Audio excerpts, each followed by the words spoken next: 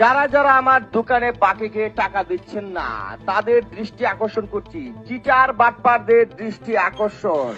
আজব একটা যুগে এই গজব পদ্ধতিতে বাকি টাকা আদায় করার ভিডিও ইতিমধ্যে ভাইরাল সমাজ মাধ্যমে। একজন দোকানদারের বাকি টাকা আদায়ের আজব পদ্ধতি দেখে সমাজ মাধ্যমে ইতিমধ্যে ভিডিওটিকে নিয়ে আলোড়ন সৃষ্টি। কেউ বা লোকটাকে বাহবা দিচ্ছে, আবার কেউ বা ভিডিওটিকে দেখে বিভিন্ন মজার মজার মন্তব্য করছে।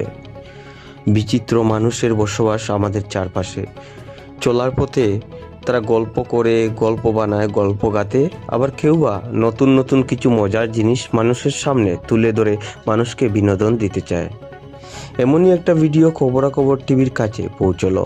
তবে সেই ভিডিওর সত্যতা কতটুকু সেটা খবরাখবর টিভি যাচাই করেনি।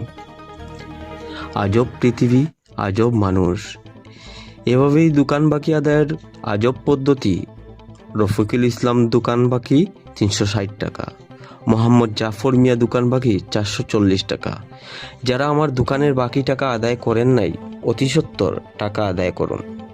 ক্রেতার নাম প্রকাশ করে করে এক প্রকার সাবধান বাণী দেওয়ার মতো অদ্ভুত কাণ্ড। দোকান থেকে বাকি পরিশোধ না করলে আপনি সাবধান হন, এমন দিন আপনার ক্ষেত্রে আসতে পারে। সোশ্যাল মিডিয়ায় ভাইরাল ভিডিওতে দেখা যায় ক্রেতার নাম নিয়ে টাকার পরিমাণ জানিয়ে ক্রেতার বাড়ির সামনে রিকশা করে গিয়ে বলে বেড়াচ্ছে। বাকি আদায়ে দোকানদারের কি অদ্ভুত ভূমিকা, সত্যি সেকুলাস। কি বিচিত্র মানুষ, কি বিচিত্র পৃথিবী। রফিকুল ইসলাম দোকান বাকি 360 টাকা, রফিকুল ইসলাম দোকান বাকি 360 টাকা, মোহাম্মদ জাফর মিয়া দোকান বাকি 440 টাকা। যারা যারা আমার দোকানে বাকিকে টাকা দিচ্ছেন না তাদের দৃষ্টি আকর্ষণ করছি, চিটার বাটপারদের দৃষ্টি আকর্ষণ। জাফর ইকবাল 676 টাকা, জাফর ইকবাল 676 টাকা।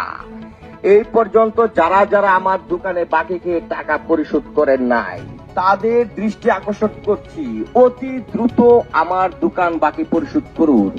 আমি দুদিন যাবৎ সিদ্ধান্ত নিয়েছি, পুরো এলাকা জুড়ে মাইকিং করব সবার বাড়ির সামনে গিয়ে। যারা যারা আমার দোকান বাকি এখন পর্যন্ত পরিশোধ করেন নাই তাদের দৃষ্টি আকর্ষণ করছি, মোহাম্মদ সালাম মিয়া 770 টাকা, রফিকুল ইসলাম দ্রুত দোকান বাকি পরিশোধ করুন।